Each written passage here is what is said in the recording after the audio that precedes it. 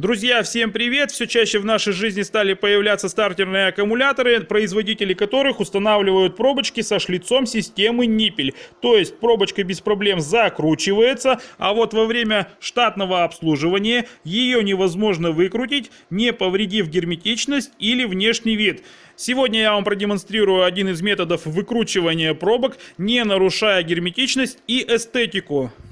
Берем шуруповерт. Сверло на 2,5, максимум 3 мм, кусок подходящего пластика.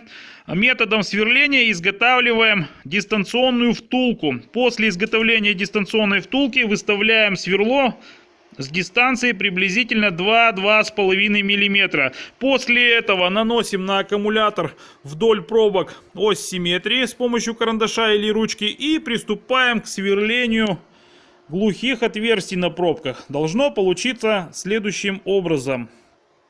Затем берем круглогубцы, вставляем их в полученные отверстия. Чпок, пробочка открыта. Еще раз чпок, пробочка открыта. И так далее.